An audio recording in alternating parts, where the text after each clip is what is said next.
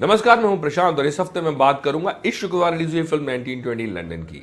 ये एक horror film है और इसे डायरेक्ट किया है टीनू सुरेश देसाई ने और इसे लिखा है विक्रम भट्ट ने। और यहां पर यह याद दिलाना जरूरी है कि 1920 लंदन तीसरा भाग है 2008 में रिलीज हुई फिल्म 1920 का, जिसका दूसरा सीक्वल आया था 1920 इविल रिटर्न्स के नाम से 2012 में, और ये एक कामयाब फ्रेंचाइजी है।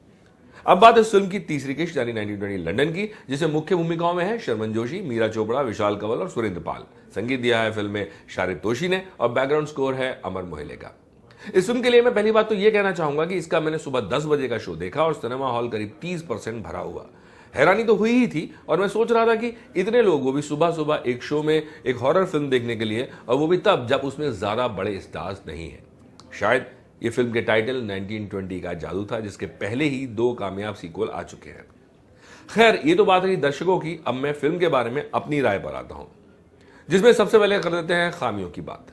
तो पहली बात, फिल्म में अगर भूत होगा तो जादू टोना होगा, उसको भगाने के लिए एक तांत्रिक भी होगा, डरावने चेहरे होंगे, भूत भाग जाए ऐसी कुछ तरकीब भी ढूंढनी होगी। और ये सब चीजें जायज है एक हॉरर फिल्म के लिए, पर उन्हें पेश करने का तरीका शायद कुछ अलग हो सकता है, या फिर किसी और नजरिए से एक हॉरर फिल्म को फिल्माया जा सकता है, जैसा बहुत सी हॉलीवुड फिल्में हम देखते हैं।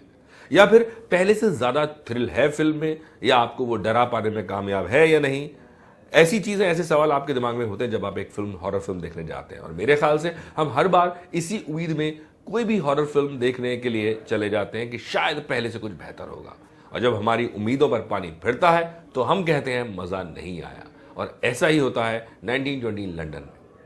ना तो स्पेशल इफेक्ट्स में कोई नयापन, पहले से कुछ अजीब, कुछ अलग हमें देखने को मिला हो, और ना ही ये फिल्म आपको डरा पाने में कामयाब होती है। और साथ ही डायलॉग्स मुझे कमजोर लगे, स्क्रिप्ट भी कमजोर लगी।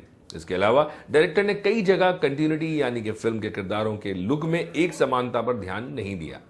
मुझे लगता है कि रामसे ब्रदर्स के जमाने की फिल्में फिर भी डरा जाती थी, और वो भी तब जब कंप्यूटर ग्राफिक्स का वक्त नहीं था। खैर, ये थी खामियां, और अब खूबियों पर भी नजर डाल लेते हैं, जिनमें मैं सबसे पहले बात करूंगा शर्मन जोशी की, जो अपने किरदार में फिल्म में कन्विंसिंग लगते हैं। इसके अलावा मुझे कहानी का ढांचा भी ठीक ठाक लगा, पर मुझे लगता है इसकी बारीकियों को बुनने में और मेहनत की जरूरत थी। फिल्म का इंटरवल पॉइंट रोचक है और आपको शायद यहां इस ट्विस्ट की उम्मीद ना हो। मीरा चोपड़ा अपने किरदार में ठीक है, बाकी फिल्म चलती रहती है बिना आपको कोई ऐसे सफर पे ले जाए जहां आपको बहुत ज्यादा मजा आए या आपको फिल्म बहुत बोरिंग लगे। तो ये थी कुल मिला के खूबियां और खामियां, और अब वक्त है स्टार्स की नाप तोल का, और मेरे हिसाब से इस फिल्म को मिलने चाहिए 2 स्टार्स।